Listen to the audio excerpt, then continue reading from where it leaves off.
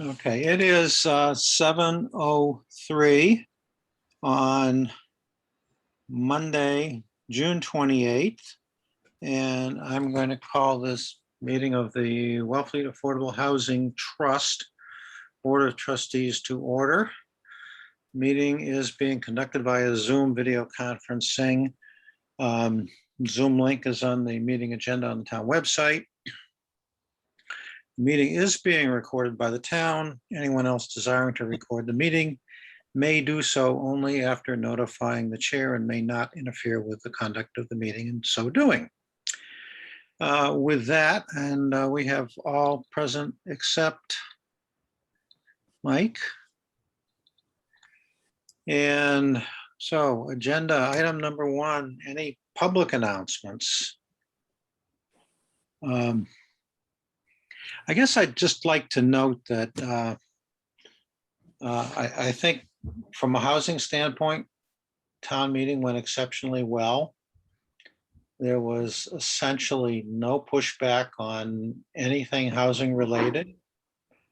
And I think that that's a good indication of community support for addressing the problem, and we should take heart in that fact. So can I just say one thing? Sure. Yep. And I had already thought of this, and Gary also sent me an email today, and maybe this isn't the time to mention it.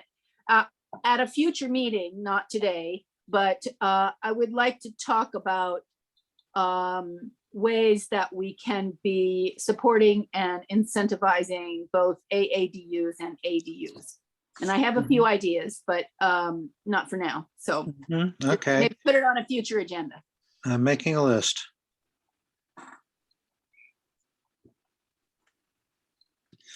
Okay, any other announcements?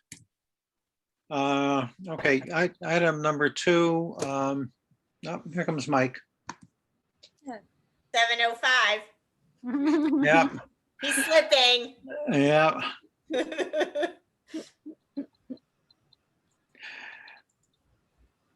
Good evening, Mike. How are you? I'm good. How are you? Good. Okay, we had just finished announcements and public comments.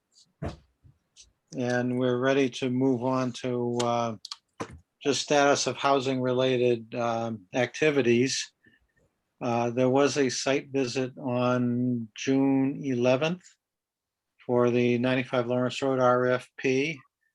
It was quite well attended. And so that gives reason for some hope that there'll be some competitive proposals, but we have a long way to go. I don't know if anybody has anything else on that. Harry, Yes, Gary, go ahead. two things. I did talk briefly with Rebecca at town meeting and said maybe we should send an announcement to everyone who attended the site visit or has signed up, indicating that we had passed the wastewater funding, which is a key component of our RFP. Is that, do you think that would be appropriate? Well, she has the right, or we have the right to post addendums to the RFP up to a certain date. I'm not sure what that date is. I suspect it's the same date by which questions have to be answered, which I believe is July 11 or July 19. So she could certainly post that additional information as part of an addendum. And that After might the be vote. yeah, and that might be useful. Might be worth waiting until after Wednesday to jump on that, because there is a debt exclusion involved also.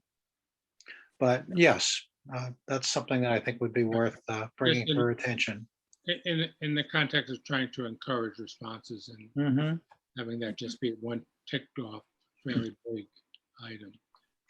The second question I have with regard to 95 Lawrence, and they mentioned the custodian retiring. Paul McHugh, yeah. Yeah, you had asked him about the electrical Yep. behind home plate. Did we ever get an answer? He did respond He responded to my wife, who responded to me. Uh, Well, she used to teach there, so that's how these things work. So, and that he really had no information on that. He just was not familiar with what its purpose was. I suggested to somebody that I don't recall whether there's still an electric meter there, There is. There and is. whether the meter might have a number on it that Eversource could tie to an account. There is a number on it. Yeah, Um, and so When I go back over there, which I have to do, I'll pull that number. Mhm. Yeah, it might be worth, Eversource might be able to tie that to an account, and that might provide some further information, but Okay. that's basically all I have on that. It's just one of those outstanding things. I just don't want any gotchas down the road. Yeah, the more information, accurate information we can provide, the easier it's going to be. You know, the less risk there is associated with submitting a proposal. So they're all good things to do. So Jim, you're going to follow up on that. Yes, I will. Thank you. Okay, excellent. Was there a meeting of the technical assistance grant scoping committee that I missed? No. No? Okay, It's this Is- Wednesday. it's this Wednesday. Okay. Mhm. At There was 10 one meeting on the 11th. At 9 a.m., a group of us met with Paul Millette of Environmental Partners regarding the plans, the draft plans for the new water main. Mhm. And everything is on schedule there. The RFP is expected to go out this summer, and hopefully that we would get responses by early September and select a contractor to begin as early as October, with a goal of completing the construction on the water main by the end of May. Well, that's good. Mhm. Okay, I have a few things. Let's go ahead, Elaine. Sharon will be happy to hear this. UPS just drove up and delivered our Housing Angels brochure, all 5,000 of them.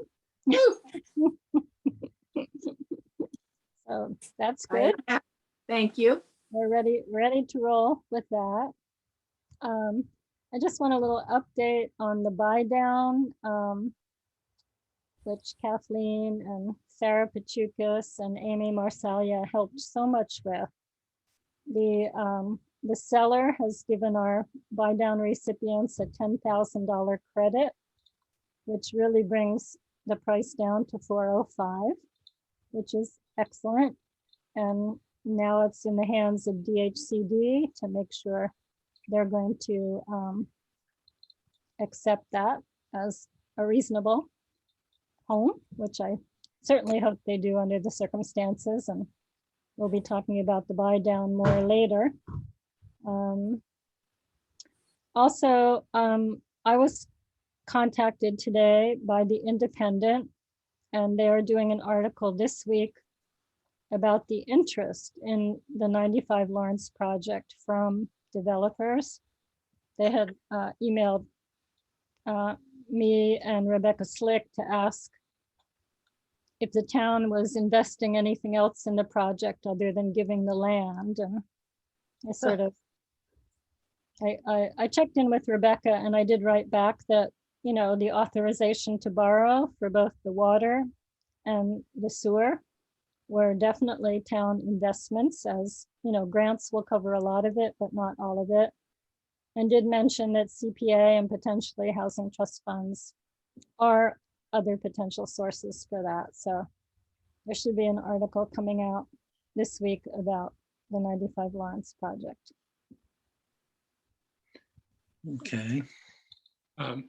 If you mentioned CPA, I wanted to report that we actually got called in 2 days before town meeting that there was an issue with the accounting for CPA funds. And that the methodology that we had used since its inception may not have been the methodology that was preferred by Charlie Sumner and Lisa Sauvé. And so that accounted for the change in the language. We had to move some money around to meet the commitments we had already made. But we asked the question, if there is a fall town meeting, which certainly it seems like there will be, we have traditionally had a July CPA funding round, which we had talked about using for either the buy down or for a program to support the ADUs. But we don't have any good sense of how much money we have, or if in fact there's a minimum amount that we could say, this is a safe amount for us to commit to projects. And any thing that you have to add to that, Harry, or? Well, I did discuss that in a meeting with Charlie and Lisa Sauvé and a couple of others. And I think the issue was more that CPC or CPA money was being appropriated into, say, for example, housing reserves, and then being appropriated for a housing project, which really involved using that money twice. In other words, once you'd moved it to housing reserves, it wasn't available to be appropriated for something else. So that's why a couple of things were shifted around to take them out of housing reserve. So it wasn't that, you know, the money had been overspent or anything. It's just that it had been sort of counted twice, but despite that, only spent once. So it's a headache to fix, but it doesn't reflect a structural financial problem. So, but still the question is, we have a CPC meeting on Wednesday. Mm-hmm.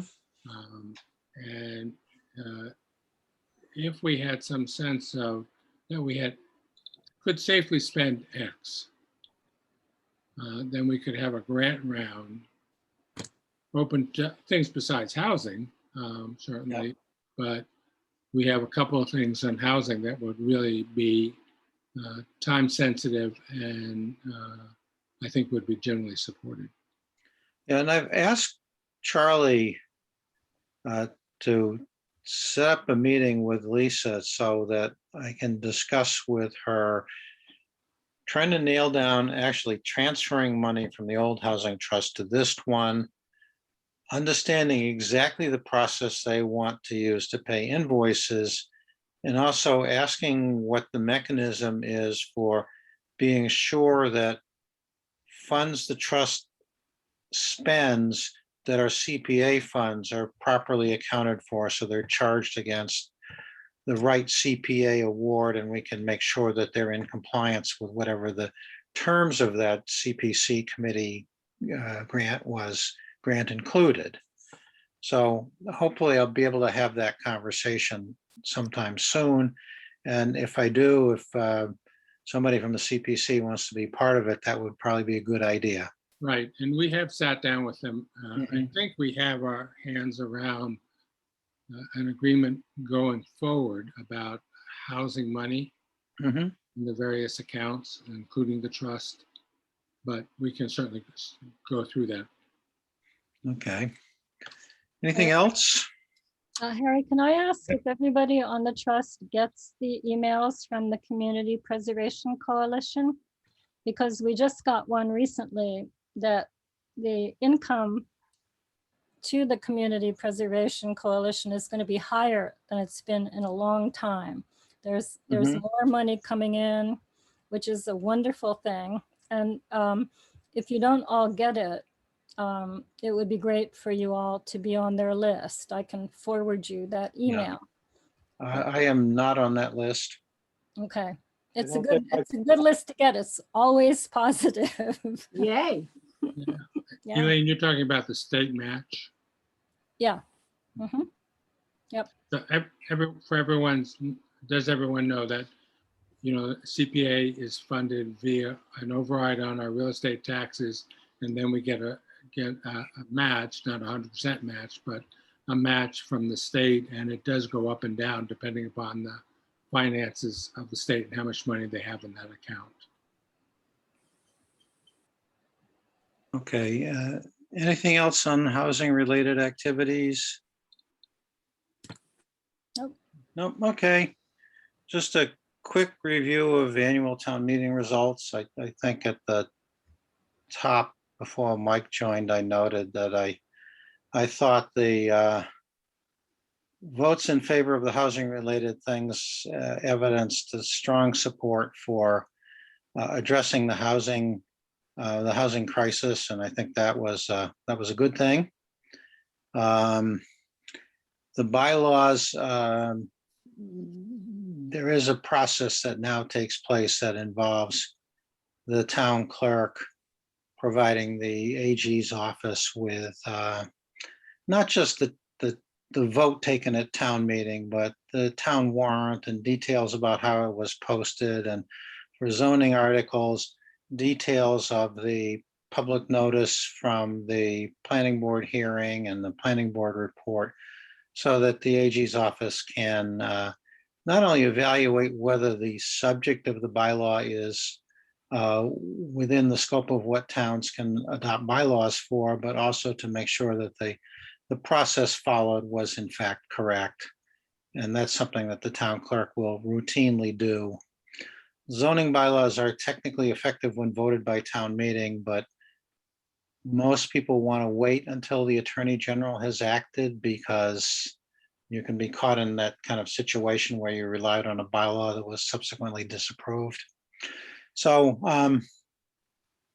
that's something that can take 30 to 90 days, depending on how fast everybody does things. So that's ahead of us, but we don't have to do anything. Yep. And any other town meeting comments?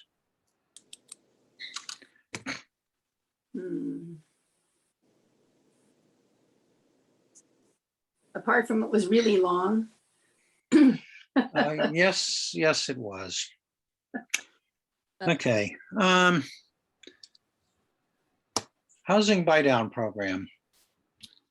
So Somebody want to tee that up for us, Gary? I sent a note to Harry.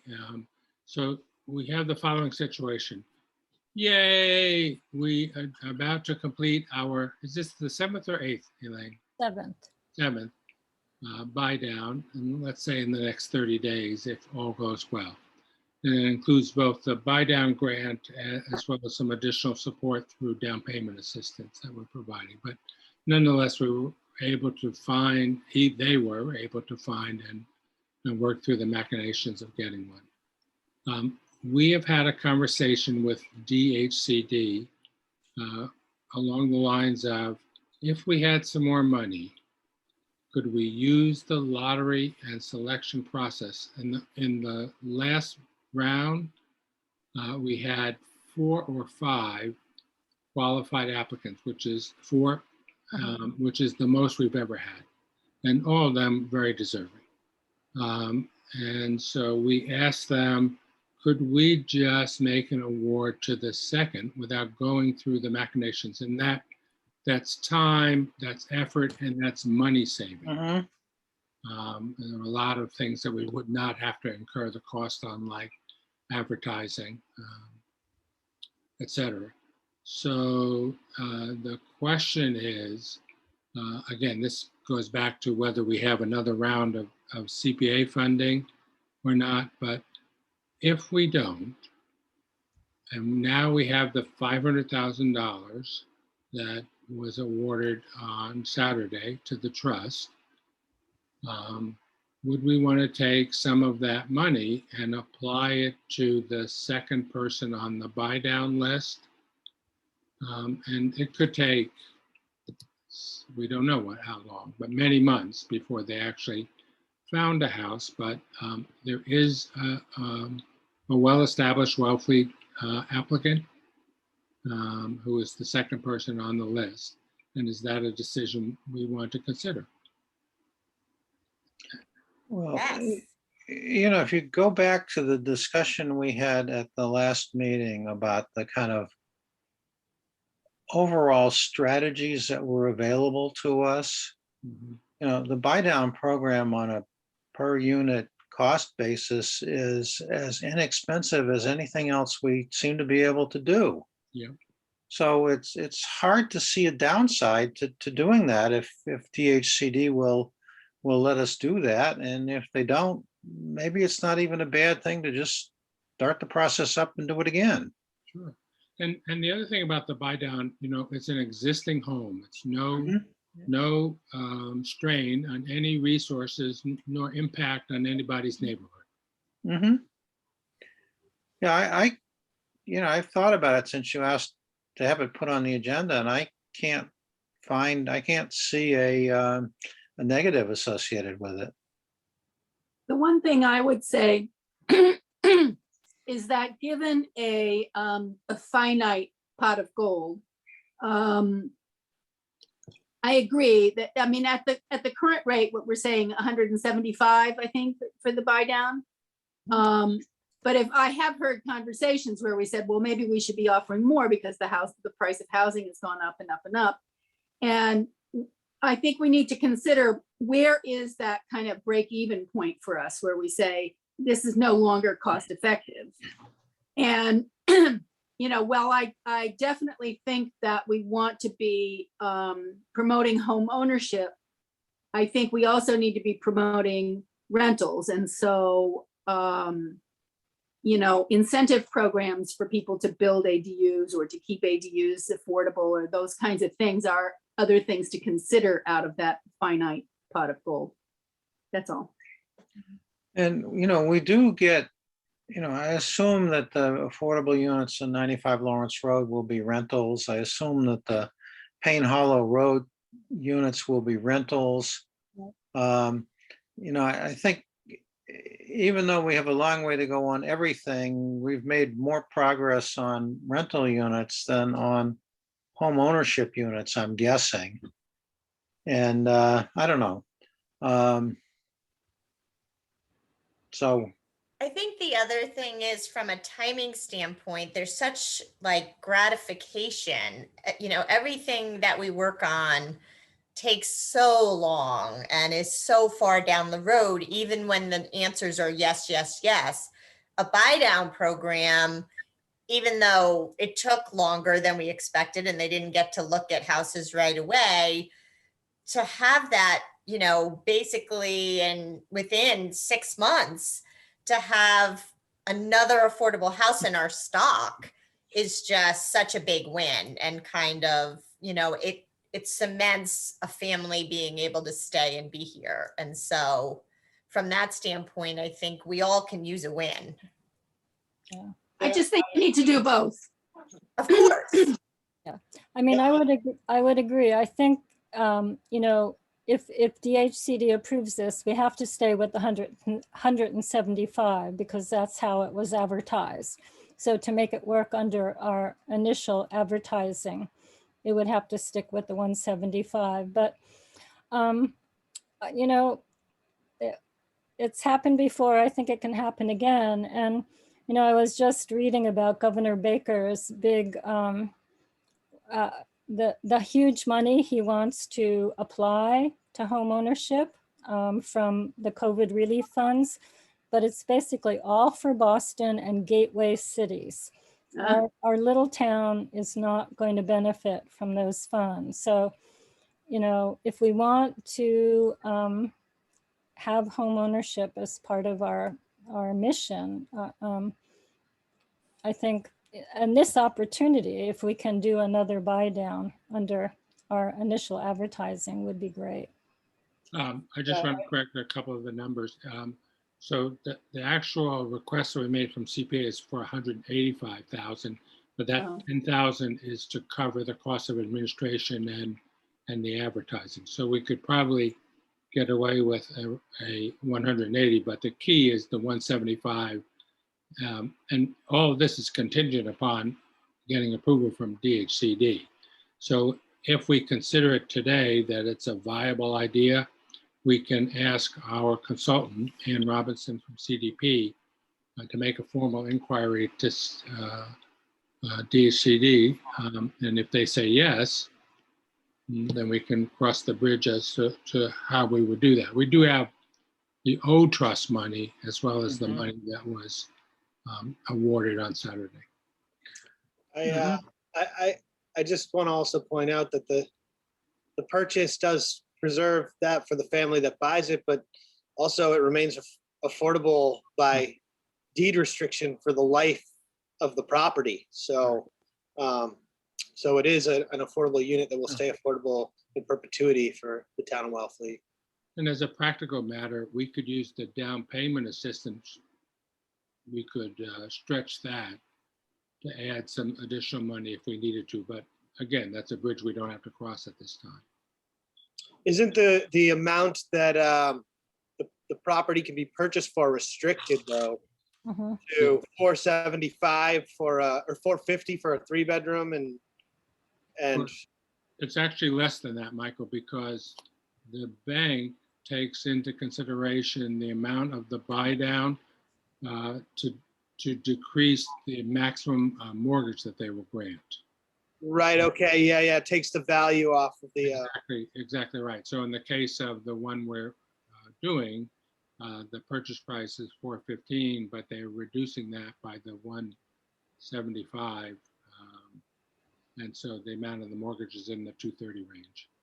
right, okay, that makes sense. So but if the property were appraised higher, it would be fine. It's just that in that price range, you're getting low appraisals. Yeah, there is a price range. There's a price point though that's set by Yeah. HUD or is it HUD? DHCD. DHCD, yes. Yeah, and that's pretty low for the town of Wellfleet. I mean, it's the odds of them coming up are just low, but you know, if the money's allocated, at least it could put one on our books. Yes, Kathleen will have to find another $400,000 viable house. For you. Good luck. And another great seller. I mean, the seller has been really terrific about it. I think also with the value, doesn't it have to do with the appraisal is less because that's what it would be able to be resold for based on the buy down. So it's not really that the house doesn't appraise for more in its current state. It's what we're going to do by restricting it that then affects the value of it. Right. Yeah, and that drives how much the bank feels it can loan because, Of course. you know, that's its security for the loan and that's the underwriting decision they make. Who is the bank providing the funding now? Cape Cod 5, I believe. And are they using the one mortgage, Elaine, on I this? don't know. We haven't heard more about that. All right. Anyway, would you entertain a motion, Harry, to those? Sure. So I think my motion would be for the trust to authorize the use of its recently awarded $500,000 in CPA funds to fund another buy down to the second lottery recipient, second or the third. It would go down depending upon if they were still interested and eligible, pending approval from DHCD. Second. Okay, and that's Mike. I'm writing as fast as I can. I can get it off the video anyway. Discussion? I had one question about the buy down, and it was I know it originally it was open to only, was it open only to Wellfleet residents, and then it opened up, or was it always open? Always open. Always open. And it's okay. I was just curious because at some point I think it's important to. I know what we can only do what we are allowed to do, but you know. Michael, Yeah. as a practical matter, you're allowed to have X percentage. I think it's 70% local preference. But when you're doing one unit at a time, Yeah. below the threshold of any local preference. But just FYI, I believe both the second and third people on the list are current Wellfleet residents. Is that true, Lily? As have 6 of the past buy down. Yeah. Yeah. Recipients, yeah. Okay, well, that's great. I just want to say that the mortgage on the current buy down that's being done is $1,200 a month, which is really great. Yeah. More discussion? No, No, okay, on Gary's motion, I'm going to summarize it rather than restating it exactly, but to authorize, move the trust to authorize use of a portion of the $500,000 CPA funds to fund a second buy down to the next eligible recipient from the lottery, subject to DHCD approval. Is that close? yep, Okay, roll call vote. Kathleen, Aye. Jim, he said aye, but he's muted. well, okay. Aye. Gary, Aye. Elaine, Aye. Sharon, Aye. Mike, Aye. chair votes aye, 7 in favor, none opposed. Motion's adopted. Anything else on the buy down?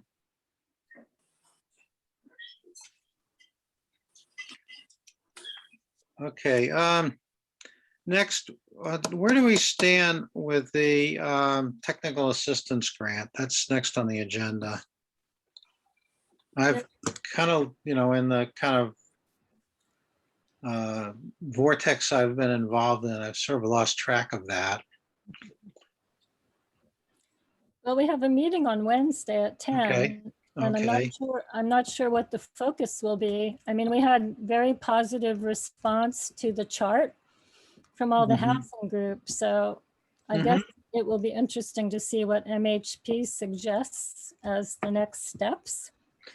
And, we did review that chart at the last meeting and gave everybody an opportunity to offer any comments they might have to offer. And I guess that opportunity to comment is still open. Mhm. Let's see. So, consistent with this, we had a discussion at the last meeting about the kind of overall strategy.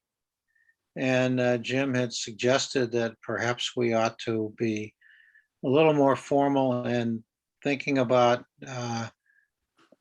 our strategic plan and whether we should be looking for projects with lots of units or lots of projects with a few units or buy down projects or some mix. Then maybe we ought to talk about that in a little more formal way. And that's something I think we could legitimately talk about in the context of the technical assistance grant and trust mission statement. That's something you want to talk about now, or do you want to leave that until after the technical assistance grant meeting on Wednesday?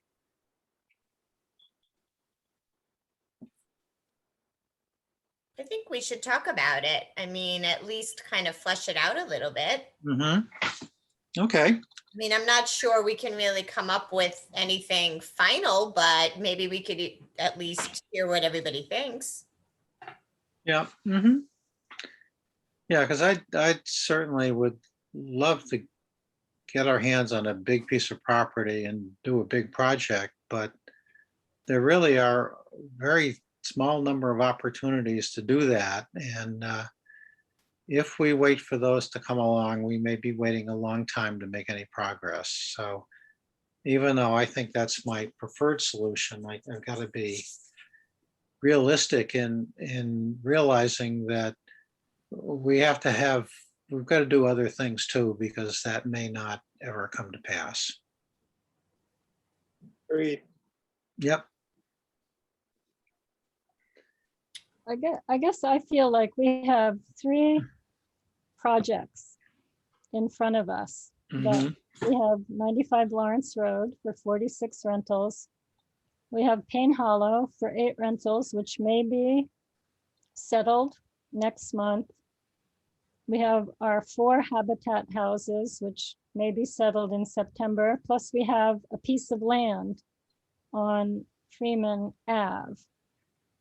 So we have stuff that we have to support and move forward as best we can. Some of that's a little bit out of our control. So I don't want to lose sight of what we have in front of us and how to support it. But I think in terms of a piece of land, I would love to see a strategy towards the land next to the COA. Mhm. And then I think that strategy is, I think involves making sure that the National Seashore agrees that what we want to do is consistent with their enabling legislation. I think that is really the issue there. I've been wondering if the land trust idea where the town retains the land Mhm. would fit more into the municipal use. Well, I did have a discussion with the previous superintendent, George Price, Oh. Nice. George Price, and he said, well, it's kind of a stretch, but we might be able to, do it with a wink and a nod or something. So he didn't say, over my dead body, we're going to strictly construe the park legislation and you can't do it. So I think that there is some hope there. Unfortunately, I don't think the superintendent has the final say. I think it's more the Park Service, either the regional office in Boston or the office in Washington, and who knows. So it may be one where support from our federal congressional delegation would be an important part of addressing that. Mhm. I was wondering that. That's what it will take probably. Yeah, I don't know where the approach should be, whether it should be to the parks land use planner or to the superintendent or elsewhere. My guess is to my assumption would be to approach the superintendent first. Mhm. Because I think if that were opposed at that point, I don't know how much luck you have going up, but I really don't know. I mean, Mhm. maybe approaching our congressional delegation, our congressman first about it, but I think, don't know. I don't know. I I would, think, yeah, go ahead. I think we could potentially ask Julian Sear and Sarah Peak to facilitate a meeting with our federal at some point. I mean, we could certainly start with the park. We've talked with Lauren McKean in the past, who is the planner, I guess. She was the land use planner last time I checked, but Yeah. And, I wouldn't want to go over her in a way. I'd want to maybe do the superintendent and her at the same Yeah. time. Right. I've had a very good professional reputation with Lauren going Mhm. back a long time. She Mhm. actually said when we looked at that piece of property in the past, is that, give me a plan. What do you want to do? So maybe if we come up with some narrative, we can frame the possibility. How big is that piece, that parcel? How big is it? Is that what you said, Michael? Yeah. It's How big? I believe it's about 3.5 acres. Yeah, that's my recollection also. And I know this has been brought up before, but what about the possibility of making like a senior housing kind of place? Yep, you can't really fund it. And No. we did explore that. If you remember, we did a little survey and we had a group together with Suzanne and some others at the time. But basically, Laura Schufelt said that our demographics won't support the economic need. to make it exclusively a senior. We could certainly make it mixed use. And as a practical matter, anything in Wellfleet probably has a senior component to it. Mm-hmm. Yeah, And there's a real move away from segregating people by age anymore too. Most people don't really want that. Mm-mm. Right, but if we made it so that every apartment was universally accessible, for example, and, you know, did those kinds of things so that every apartment would be usable by a senior person, because I do think that there's a big need.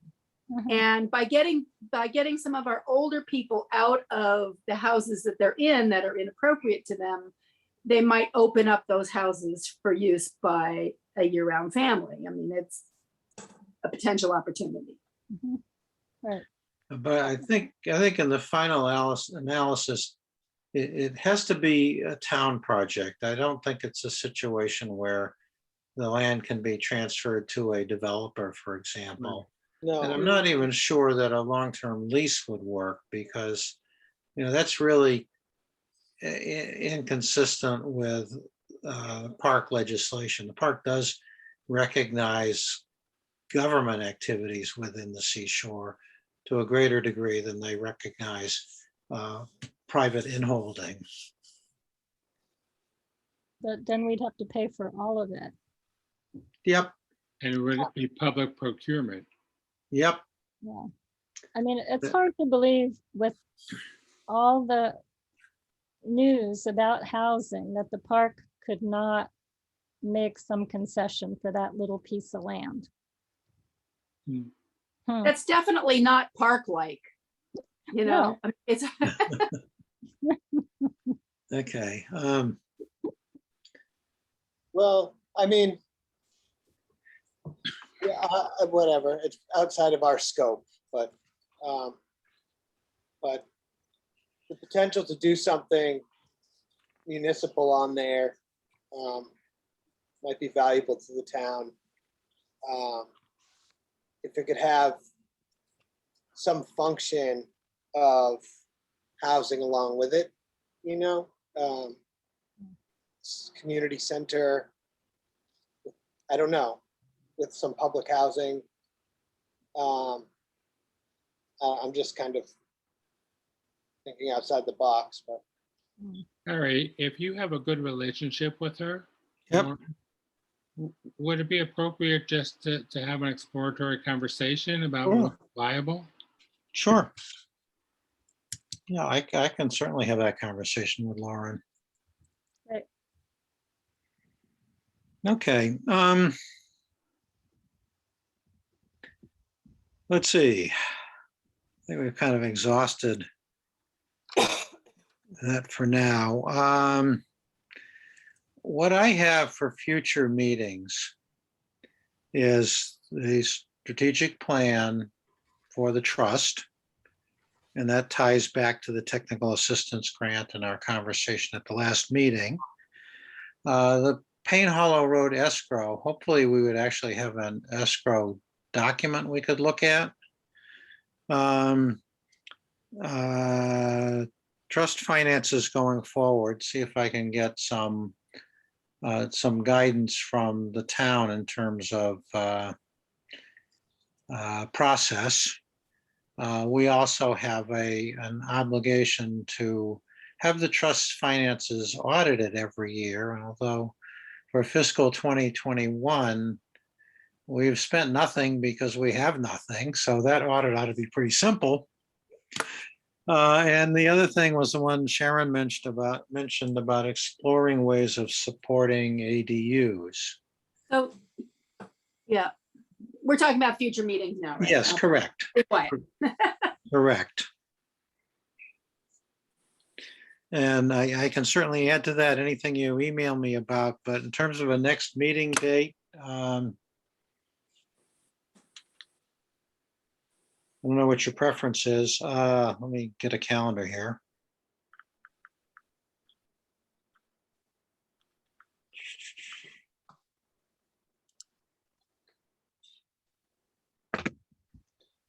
So Uh, 2 weeks is July 12th, 3 weeks is July 19th. Don't know what your preference is. Harry, if we, think sounds good. if we get it to go ahead when DHCD, Mm-hmm. is our vote sufficient to actually initiate that, or do we have to consider Right. that? It sounds like it should be sufficient. I mean, we voted to authorize the use of those funds, subject to those conditions. Do you want to do the 12th? That's just 2 weeks. Harry, can we do the 19th? Would that be all right? Sure, that would be fine with me. I'm tied in the middle of the day and Yep, right now, I just never know if I'm gonna yep. have to make a push on the evening tide. Well, sure. So 19th, okay with everybody? Yep. Okay. We have minutes from June 7th, which I was very late in getting done. Since I sent them out, I have found a couple of typos, which I will show you.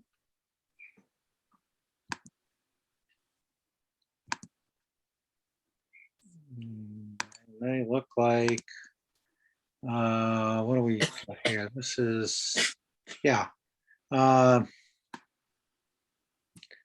This is what I have for, yeah. I left out a space between Ms. and McElroy in paragraph 3. More substantive in talking about the, in paragraph 8 about approval of the minutes of May 3rd. I think it's better to say that the draft did not reflect the absence of Mr. Hood, as opposed to didn't note the absence. And I think for this set of minutes, oh yeah, and there was one other thing. I up in the paragraph about overall land acquisition strategy, I had mixed tenses in this sentence, in this sentence here. So I changed that to they are to is. And that's all that I had on those. Anybody else find any other? horrors? I just have a question. So when you say that the zoning that Article 45, for example, was a zoning bylaw amendment, does Yep. it just mean it's amending the zoning bylaws of Wellfleet? Yeah, Okay, all right, I just wasn't familiar with that. Yep. Wording. Hey, Harry, at the yes, beginning of Mike. the minutes, does it say that I was absent? It said that you were absent, but then it says you joined the meeting at 7:04 PM. So you were 2 minutes late. Okay. Oh, I see. All right. Okay, in retrospect, there may be a better way to do that, but I think you probably get a pass for that. Okay. Thanks. Anything else? Anything else on the minutes? Okay, can we have a motion on the minutes? So moved. Okay, that's Second. Kathleen and Mike. Yeah, as corrected, roll call vote, Elaine, Aye. Kathleen, Aye. Sharon, Aye. Jim, Aye. Gary, Aye. Mike, Aye. chair votes aye. That's 7 in favor, none opposed. That's done. Executive session. Fairly brief one, I hope. But first I've got to go through the preliminaries. And the topic of the executive session is listed on the agenda. The board has convened an open session. The chair states that the purpose for convening the executive session is to consider the purchase, exchange, lease, or value of real property. Chair further states the board will adjourn from the executive session and will not reconvene in open session. And finally, the chair states that having a discussion in open session would have a detrimental effect on the trust's negotiating position. And so I would look for a motion to adjourn the open session, enter executive session for the purposes stated and not reconvene in open session. And so can I have that as a motion from somebody? So moved. And that's Kathleen. And a second, Second, Sharon. Okay, all those in favor, Elaine, Aye. Gary, Aye. Sharon, aye. Kathleen, Aye. Jim, Aye. Mike, Aye.